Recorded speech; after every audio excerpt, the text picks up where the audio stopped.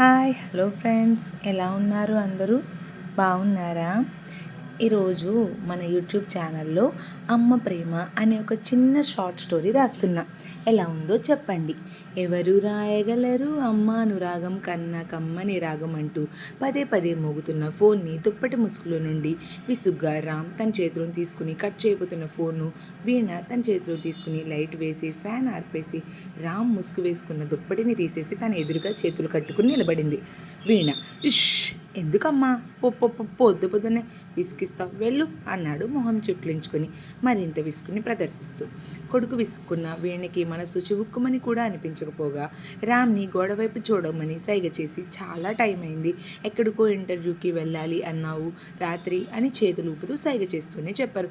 ఉఫ్, ఏంటి నీ గోల, నువ్వు మా మాట్లాడలేవు, నీ సైగలు నేను అర్థం చేసుకోలేను, ఏమైనా అంటే బాధపడతావు, వెళ్ళమ్మా ముందు అని కసిరి అక్కడి నుండి డాబా మీదకి వెళ్ళి తన నేస్తమైన ఫ్లూట్ని అందుకుని మ్యూజిక్ ప్లే చేస్తున్నాడు రామ్. అది విని ఆనందపడుతూ మనసులోనే రాగం తీసుకుంటూ రామ్కి పాలు కలిపి పట్టుకుని వెళ్ళారు వీణ. ఫ్లూట్ని ప్లే చేయడంలో మునిగిపోయిన రామ్కి తన గాజుల సవ్వడితో విరామాన్ని తెలుపుతూ పాలు అందిస్తుండగా, నేను అడిగానా, వెళ్ళిపో అమ్మా అని మరింత విసుగ్గా అన్నాడు. ఇంతలో శేషాచలం గారు అక్కడికి వచ్చి రామ్ వైపు ఒక్కసారిగా కోపంగా చూసి, అమ్మా వీణ, నాకు కాస్త కాఫీ తీసుకుంటారా తల్లి అన్నారు. తనని కోపంగా చూస్తున్న తాతయ్య వైపు చూస్తూ, ఇదిగో నీ ఫోను, రాత్రి మర్చిపోయావు, ఎవరు లాయగలలు అంటూ నా నిద్ర మొత్తం పాడు చేసేసింది అన్నాడు మొహం చెట్లించుకుని శేషాచలం గారు. తన ఫోన్ తీసుకుంటూ రామ్ని కోపంగా చూసి, నీతో మాట్లాడాలి, ఫ్రెష్ అయ్యిరా అన్నారు. రామ్ ఫ్రెష్ అయ్యి వచ్చేసరికి డైనింగ్ టేబుల్ దగ్గర వీణ భరత్ అనే 10 సంవత్సరాల పిల్లాడికి పులిహోర పెడుతూ వాడితో సైగలు చేస్తూ ముచ్చట్లు పెట్టారు. మొన్న పులిహోర అడిగితే మాత్రం ఓపిక లేదు అంది, కానీ ఇప్పుడు మాత్రం ఈ బుడ్డోడికి వండి పెట్టింది. ఏంటో వీడంటే ఇంత ప్రేమ ఇవిడి గారికి అని ఎప్పట్లా వాళ్ళ అమ్మని తిట్టుకుంటూ టిఫిన్ కానిచ్చి వాళ్ళ తాత దగ్గరికి వెళ్ళాడు రామ్. ఏంటి శేషాచలం గారు బాగా సీరియస్గా కనిపిస్తున్నారు అని అంటూ వాళ్ళ తాత ముందు కూర్చున్నాడు రామ్. మీ అమ్మని విసుక్కోవద్దు అని ఎన్నిసార్లు చెప్పాలి నీకు అని అన్నారు శేషాచలం గారు. ఉఫ్, మళ్ళీ నీ పురాణం మొదలు పెట్టావా తాత? రాత్రి కూడా చాలా వివరంగా చెప్పాను కూడా. నా ఈ నెత్తికి కారణం ఆవిడ. నేను తన కడుపులో ఉన్నప్పుడు తగిన జాగ్రత్తలు తీసుకోకుండా సగం తిండి తిని ఇదిగో నన్ను లోపం ఉన్న వ్యక్తిగా ఈ లోకానికి పరిచయం చేసింది ఆ మహాతల్లి. నేను మీకులా గలగలా మాట్లాడలేను. నాకు ఒక్కొక్కసారి లా బదులు రా కూడా పలకలేదు. ఒకవేళ రా పలికితే పక్కనున్న పదం పలకలేను తాత. నేనెంత అవస్థ పడుతున్నాను మీరు ఊహించను కూడా ఊహించలేరు అన్నాడు రామ్. అసలు నీకు నత్తి రావడానికి మీ అమ్మ సరైన జాగ్రత్తలు తీసుకుపోవడం కారణమని ఎందుకు అనుకుంటున్నావు రామ్? దీనికి అస్సలు సంబంధం లేదురా, నువ్వు మూర్ఖంగా ఆలోచిస్తున్నావు అన్నారు శేషాచలం గారు.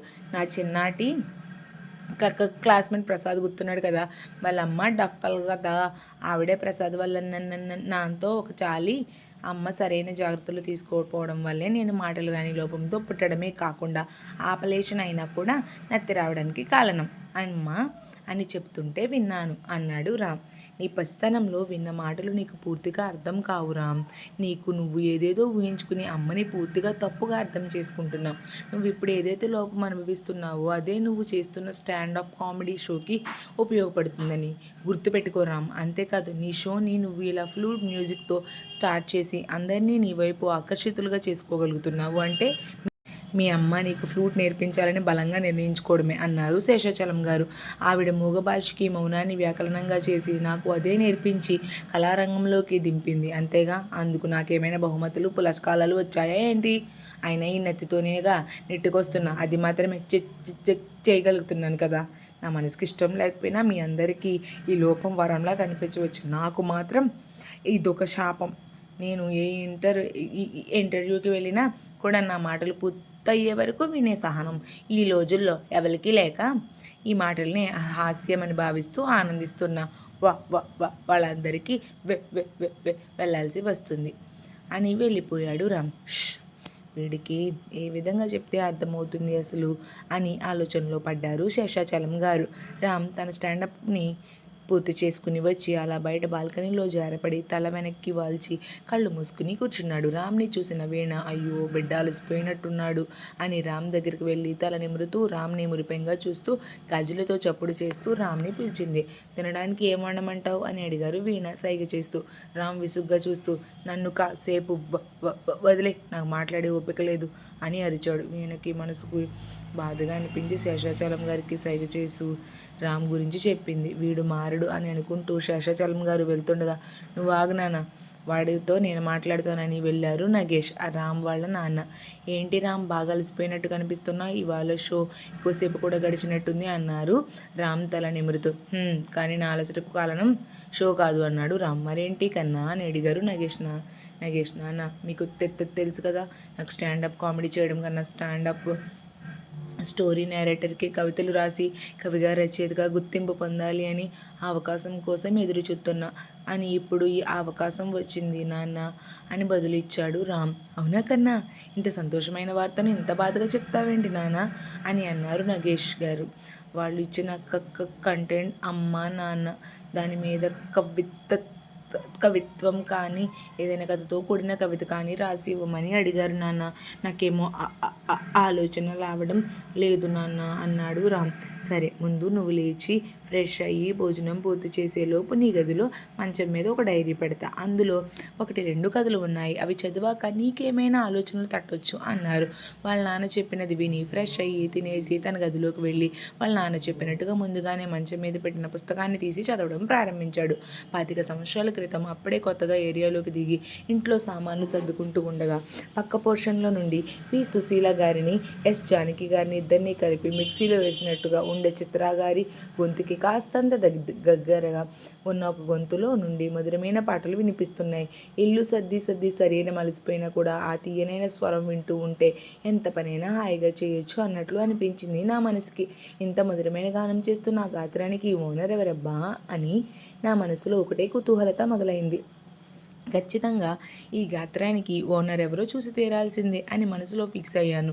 నెమ్మదిగా బయటకు వచ్చి పక్క పోర్షన్ తలుపు కొట్టడానికి తలుపుకు ఎదురుగా నిలబడి తలుపు లోపల నుండి వస్తున్న స్వరాన్ని వింటూ తలుపు కొట్టబుద్ధి కాక కాసేపు అక్కడే నిలబడి కొన్ని క్షణాలకి ఆ మధురమైన స్వరం నుండి తేలుకుని తలుపు కొట్టాను. గ్రీకు వీరుడు నా రాకుమారుడు అని పాటను పాడుతూ తలుపు తీసి ఎవరు కావాలి అండి అని అడిగింది ఆమె.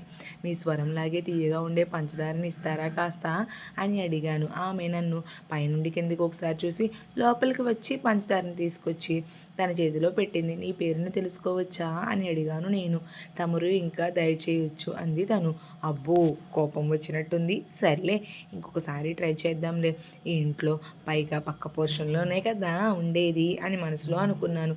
నేను అలా తన చుట్టూ తిరిగి తన మనసులో చోటును సంపాదించి పెద్దల అంగీకారంతో తనను వివాహం చేసుకున్నాను.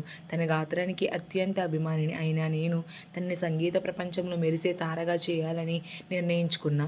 నేను తనకి పాటలు పాడే అవకాశం రావడం కోసం ఎన్నో ప్రయత్నాలు చేసిన పాటలు పాడే అవకాశం దొరకలేదు. కానీ సీరియల్లో డబ్బింగ్ ఇచ్చే అవకాశం దొరికింది. అలా నేను ఉద్యోగం చేస్తూ తను సీరియల్లో డబ్బింగ్ చేస్తూ బిజీగా ఉండే టైంలో మా జీవితాల్లోకి మా ప్రేమకు ప్రతిరూపంగా మాకు ఒక మగబిడ్డ పుట్టాడు. మా ఆశలన్నీ ఆ బిడ్డపైనే పెట్టుకున్నాం. కానీ ఏ జన్మ పాపమో నా కొడుక్కి 4 సంవత్సరాలప్పుడు మాటలు వాడికి రావు అని డాక్టర్ చెప్పారు. ఆ మాట వినగానే మా అందరి గుండె బాధతో నిండుకుపోతే నా భార్యకి గొంతు కూడా బాధతో పూడుకుపోయింది. ఆ రోజు నుండి తను మాట్లాడటం తగ్గించేసింది. క్రమేపీ డబ్బింగ్ ఇవ్వడం కూడా మానేసింది. కేవలం డబ్బింగ్ మాత్రమే మానేసింది అనుకున్నా. కానీ రోజులు గడుస్తున్న కొద్దీ తనలో మాటలు పొదుపుగా వచ్చేవి. కొడుకుతో సైగలు చేస్తూ మాట్లాడుతుంది అనుకున్నా. క్రమేపీ ఆ సైగలే తన మాటలు అయ్యాయి అన్న విషయం ఆలస్యంగా అర్థమైంది. కొడుకు మౌనం, తన మునుపటి రాగాల ప్రపంచాన్ని, తన స్వరాన్ని అందరూ గుర్తించాలని తన పడ్డ ఆరాటాన్ని కూడా మర్చిపోయింది ఆ తల్లి. కానీ స్వరం, గానం లేకపోయినా స్వరాగంతో కొడుకులో నమ్మకాన్ని పెంచి తనలో లోపాన్ని తుంచాలి అనుకుంది ఆ తల్లి. ఒక నిర్ణయం తీసుకున్నా అని చెప్పింది నాతో. ఏమిటి నిర్ణయం అని అడిగాను. నేను మన బిడ్డకి కేవలం గొంతు మాత్రమే సమస్య, కానీ డాక్టర్లు చెప్పిన దాన్ని బట్టి వాడికి ఫ్లూట్ నేర్పించవచ్చు, అందుకే వాడు మోగవాడు అనే ఆలోచన వాడిలో కలగకుండా వాడి గలంలో కళను నింపుతాను. ఆ లేత మనసుకు స్ఫూర్తినివ్వడం కోసం నేను ఫ్లూట్ని నేర్పించి వాడిలో ఆత్మవిశ్వాసాన్ని నింపుతాను అంది. నీకేమైనా పిచ్చా? పిల్లలకి ఫ్లూట్ నేర్పించాలి అంటే కనీసం 6 నుండి 8 సంవత్సరాలు రావాలి. వాడికి ఇంకా 4 సంవత్సరాలే కదా. లేత వయసులో వాడి గొంతుని ఇబ్బంది పెట్టకూడదు. అయినా ఇలా వాడి గురించి ఆలోచించి నీకు మాటలు వచ్చానే విషయాన్ని కూడా మర్చిపోతున్నావు నువ్వు అని అరిచాను. నా అరుపులు తన చెవిని మాత్రమే చేరాయి, కానీ తన మనసుని తాకలేదు. వాడికి 6 సంవత్సరాలు వచ్చాకే ఫ్లూట్ నేర్పిస్తాను. అయినా కూడా వాడికి మాటలు వచ్చే వరకు, వాడి గలం గానంగా మారే వరకు, వాడికి మౌన స్వరాన్ని నేర్పిస్తూ వాడిలో ఆత్మవిశ్వాసం నింపుతాను అంది. కానీ వాడికి మాటలు రావని డాక్టర్ చెప్పారుగా అన్నాను నేను. మనం తాత్కాలికంగా కొనుక్కునే సరుకుల కోసమే లేదా వస్తువుల కోసమో కొంతమంది అభిప్రాయాలను అడిగి తెలుసుకుంటాం. అటువంటిది మన బిడ్డ భవిష్యత్తు కోసం ఎన్ని వేల డాక్టర్లనైనా సంప్రదిస్తాను అంది తను. నాకు నమ్మకం ఉంది, మన బిడ్డకు ఏదో ఒక సమయంలో ఖచ్చితంగా మాట వస్తుంది. అప్పటి వరకు నా మౌనరాగంతో వాడికి స్వరం మీద ఆసక్తిని, స్వరరాగాల ప్రపంచాన్ని పరిచయం చేస్తాను అంటూ ఫ్లూట్ని ప్లే చేయడం మొదలుపెట్టింది. ఎంత పిచ్చి నమ్మకం పనికిరాదు అని అన్నాను నేను. నమ్మకం జీవితాన్ని నడిపిస్తుంది, ఓర్పు జీవితాన్ని గెలిపిస్తుంది అంది తను. తన నిర్ణయం విని ఆశ్చర్యపోయాను నేను. రోజులు, నెలలు, సంవత్సరాలు గడుస్తున్న నా భార్యలో ఉన్న తల్లి మనస్సు నిజాన్ని అంగీకరించలేక ఏదైనా పరిష్కారం ఉందేమో అని ఎంతోమంది డాక్టర్లను సంప్రదించింది. కొడుకు కోసం సైకిలు చేస్తూ జీవితాన్ని గడిపేస్తున్న సమయంలో స్కూల్ నుండి తిరిగి వచ్చేటప్పుడు బిడ్డకి ప్రమాదం జరుగుతుందేమో అనే భయంతో ఎదురుగా వస్తున్న లారీ బిడ్డను ఢీకొట్టకూడదు అనే ఆలోచనతో బిడ్డను పక్కకు తోసేసింది. కానీ తను రక్తపు సంద్రమైంది. ఆ ప్రమాదంలో నా భార్య కంఠం భాగానికి తీవ్రమైన గాయాలు అవ్వడంతో, తన వోకల్ కార్డ్స్ దెబ్బతినడంతో రాగాల తోట మౌనాన్ని ఆశ్రయించి మూగది అయిపోయింది. నా బిడ్డ కోసం సైగలు చేయమని దేవుడు ఇలా చేసి ఉంటాడని సరిపెట్టుకుంది. కానీ బిడ్డ కోసం గొంతుని వెతికే పనిని మాత్రం ఆపలేదు. సరిగా అప్పుడే మా ఊర్లో కొత్తగా పెట్టిన పెద్ద హాస్పిటల్కి అమెరికా నుండి ఒక డాక్టర్ రావడంతో కోటి ఆశలను మూట కట్టుకుని ఆ డాక్టర్ దగ్గరికి వెళ్ళాము. ఆయన మా పిల్లాడికి వైద్య పరీక్షలు అన్నీ చేసి, మీ పిల్లాడు ఖచ్చితంగా మాట్లాడతాడు, మనకు ఒక పరిష్కారం ఉంది, కానీ అందుకోసం తగిన సందర్భం వస్తేనే ఆ పరిష్కారానికి మార్గం దొరుకుతుందని అన్నారు ఆయన. ఏంటి డాక్టర్ అని ఆశగా అడిగాం. మీ పిల్లవాడికి ఎవరైనా గొంతుని డొనేట్ చేస్తే తనకి తిరిగి మాట వచ్చే అవకాశం ఉంది, కానీ ఇందులో చిన్న చిక్కు ఏంటంటే బతుకున్న వాళ్ళు గొంతుని ఇంకొకరికి అమర్చడం అనేది జరగని పని. కానీ చనిపోయిన వ్యక్తి గొంతుని బతికున్న వ్యక్తికి అమర్చవచ్చు. కానీ ఇందుకు మీ అబ్బాయికి కనీసం 12 సంవత్సరాలు రావాలి. అప్పుడు కూడా తనకు సరైన గొంతు దొరికితేనే ఈ ఆపరేషన్ అనేది జరుగుతుంది. అంతేకాదు, మీకు ముందుగానే చెప్తున్నా, ఒక్కొక్కసారి ఇటువంటి ఆపరేషన్ సక్సెస్ అయినా కూడా ఎంతో కొంత గొంతు కూడా లోపం రావచ్చు. ఆపరేషన్ జరిగిన అబ్బాయికి నత్తి వచ్చే అవకాశం ఉంది. మాటలు అయితే ఖచ్చితంగా వస్తాయి, కానీ అప్పటి వరకు మీరు ఎదురు చూస్తూ ఉండడమే తప్ప వేరే పరిష్కారం లేదన్నారు డాక్టర్. మేము ఖచ్చితంగా అప్పటి వరకు ఎదురు చూస్తూ ఉంటాం డాక్టర్ గారు అని సైగ చేస్తుంది నా భార్య. మేము ఎదురు చూస్తున్నట్లుగానే కరెక్ట్గా నా కొడుక్కి 12 సంవత్సరాల వయసు వచ్చేసరికి ఒక యాక్సిడెంట్ జరగడం వల్ల మా అబ్బాయి వయసు ఉన్న పిల్లవాడు చనిపోతే అతని గొంతు మా పిల్లవాడికి సరిపోతుందని డాక్టర్ నిర్ధారించి మాకు విషయం చెప్పగా మేము ఆశగా హాస్పిటల్కి వెళ్ళాం. కానీ చనిపోయిన ఆ పిల్లవాడి తండ్రి తన కొడుకు గొంతుని నా కొడుకు దానం చేసి నా కొడుకులో అతని కొడుకుని చూసుకుంటున్నాడు. అతని దయాహృదయానికి నేను, నా భార్య అతనికి ఏం చేసినా ఏమిచ్చినా రుణం తీర్చుకోలేమనిపించింది. అంతా అనుకున్నట్లుగా జరిగిన ఆపరేషన్ పూర్తయింది. తొలిసారి అమ్మా అని పిలిచిన కొడుకుకి కన్నా అంటూ తిరిగి బదులివ్వలేకపోయానే, కన్నా అంటూ ప్రేమగా లాలించలేకపోతున్నానని నా భార్య బాధపడింది. రోజులు గడిచిన తనలో ఏదో బాధ గమనించాను. అదేంటో కనుక్కుందామని నేను వెళ్ళేలోపు తానే నేను ఇంటికి వెళ్ళేసరికి నాకు ఒక ఉత్తరం చేతిలో పెట్టింది. ఏమిటా అని ఉత్తరం తెరిచాను. నా బిడ్డకు ఒక అవయవం లోపం అయితే ఎన్నో నిద్రలేని రాత్రులను గడిపాను. అటువంటిది నా బిడ్డకు గొంతుని ఇచ్చిన ఆ తల్లి పోగొట్టుకున్న తన బిడ్డ కోసం పడే బాధను ఊహించుకుంటేనే అస్సలు ఊహించుకోలేకపోతున్నా. ఆ తల్లికి ఇంకొక బిడ్డకి జన్మనిచ్చే అవకాశం లేదు, కానీ నాకు ఉంది కదా. నేను ఒక బిడ్డని కని నా బిడ్డకు పునర్జీవితాన్ని ఇచ్చిన ఆ తల్లి జీవితంలో నవ్వుకు నింపే పసిబిడ్డని ఇవ్వాలి అనుకుంటున్నా. వాళ్ళకి ఇష్టమైతే ఆడది బిడ్డ కోసం ఏదైనా దేనినైనా వదులుకుంటుంది, కానీ నాకు పుత్రభిక్షను పెట్టిన ఆ తల్లికి నా మాతృత్వాన్ని రుణం తీర్చుకోవాలని అనుకుంటున్నా అని రాసి ఉంది. ఆ చదివాక ముందు ఆశ్చర్యం అనిపించింది నాకైతే, కానీ తన మొదటి బిడ్డ రామ్ కోసం తన మాతృత్వాన్ని రుణం తీర్చుకోవాలి అనిపించింది. తన రెండో బిడ్డ భరత్ను పురుటిలోనే వదులుకున్న ఆ బిడ్డ మీద ప్రేమను మరువలేక తనలో తానే నలిగిపోతున్న నా వీణ బాధ తీరనిది. ఆఖరికి వీణ అనే పదం చదువుతున్న రామ్ కళ్ళల్లో కన్నీళ్లు ఆ పేజీని నింపేసే విషయం పూర్తిగా అర్థమైన రామ్, అంటే అప్పుడప్పుడు ఇంటికొచ్చి అమ్మతో అల్లరి చేసే పిల్లాడు నా తమ్ముడా? నా చిన్నప్పుడు అమ్మ పురుట్లోనే పుట్టిన బాబుని వేరే వాళ్ళకి పెంచుకోవడానికి ఇచ్చిందని నా కోసమా? ఆ విషయం తెలియక అమ్మ కాబట్టి బిడ్డను వదులుకుందని తిట్టుకున్నాను. కానీ సాటి తల్లి బాధను గ్రహించి ఏ తల్లి చేయని త్యాగం మా అమ్మ నా కోసం చేసిందా?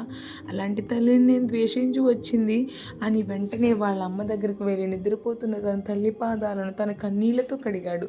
అది ముందే ఊహించిన నగేష్ వీణ నిద్రకి ఏమాత్రం భంగం కలగకూడదని రామ్ని అక్కడి నుండి లేపి బయటికి తీసుకుని వచ్చి, మీ అమ్మకే ఈ విషయం నీకు తెలియడం ఏమాత్రం ఇష్టం లేదు. దయచేసి నువ్వు కూడా నీకు తెలిసినట్టు బయటపడకు. తన వల్ల నీకు వచ్చింది నత్తి కాదు, తనతో పాటుగా నీకు ఒక జీవితాన్ని ఇచ్చింది నీ తల్లి అని నీకు తెలియాలని ఈ నిజం చెప్పాలి అనుకున్నా. అది అమ్మ అంటే మీ అమ్మ మాత్రమే కాదు, ప్రతి అమ్మాయి అమ్మగా మారే తరుణం వాళ్ళకి ఒక వరం. రామ్ ఆ భగవంతుని మీద ప్రేమను తులసి మొక్కతోనైనా తుయగలమేమో అని. అమ్మ ప్రేమను తూయడానికి తులాభారాలు సరిపోవు, కథలు కావ్యాలు అమ్మ ప్రేమకి సరితూగవు. వర్ణనలు నీలో స్ఫూర్తిని నింపడానికి తాను మౌనరాగమైంది అని వెళ్ళిపోయారు. ఆయన రామ్ కవితని రాయడం ప్రారంభించాడు. ఆడుతూ పాడుతూ జాలీగా తిరిగే అమ్మకి నేనే ఆటను పాటను ఎప్పుడయ్యాను ఏమో. భార్యడు పొద్దెక్కినా లేవని అమ్మకు నేనే నిద్ర లేకుండా చేస్తున్నా. సరే కోపం రాదేమిటో. ఎన్నడూ గరిటైనా ముట్టని అమ్మ ఒక చేతితో గరిట పట్టి ఇంకొక చేతితో తన ఎత్తి అన్నపూర్ణ అవతారం ఎప్పుడెత్తుతుందో ఏమిటో. అన్నం తినను అని మారం చేసే గోరుముద్దలు గారాల పట్టి అన్నం తినమని కాలు వరిగేలా తిరుగుతున్న విసుగురాదెందుకు? గోరువెచ్చని నీటితో స్నానమాడే సుందరికి వేడివేడి నూనె చురకలెందుకు? చుక్కల్లో జాబిల్లా మెరిసే తార చుక్కలు చూపిస్తున్న శిశువు ని చూసి మురిసిపోయేనెందుకు? అందానికి ఐసూయి పుట్టేలా అందంతో సహవాసం చేసి మెరుగులు దిద్దుకునే మేము అద్దాన్ని మర్చిపోయి చింపిరి కిరీటాన్ని ధరించేంతగా ముస్తాబుని ఎలా వదులుకుందో? ఆకాశాన్ని తాకాలనే సమాజంలో కలుపు మొక్కలను ఏరిపారేయాలను, తనకున్న విజ్ఞానంతో అందరినీ జ్ఞానాన్ని పెంచాలను, తన కోయిల స్వరంతో ప్రపంచానికి తనను పరిచయం చేసుకోవాలను కలలు కన్న తన కలను కరిగించిన నా మీద కోప్పడకపోయిన అమ్మకి నేనంటే ఇంత ప్రేమ ఏమిటో? బహుశా ఇదేనేమో ప్రేమ అంటే. కథనైనా వివరించగలనా, కవితనై వర్ణించగలనా నీ ప్రేమకు నిర్వచనం అమ్మ. నిస్వార్థమైన ప్రేమకు రూపం అమ్మ. నిత్యం మన క్షేమం కోరే దైవం అమ్మ. ఎన్ని జన్మలకైనా తీర్చలేని రుణం అమ్మ అమ్మ అమ్మ. అమ్మ ప్రేమ అమృతం, అనురాగం. అమ్మ కేవలం మాట కాదు, అమ్మ మనసును మమతల మూట. ఆకలి వేసినప్పుడు గోరుముద్ద అమ్మ, అలసట చెందినప్పుడు లాలన అమ్మ, భయం వేసినప్పుడు ఓదార్పు అమ్మ.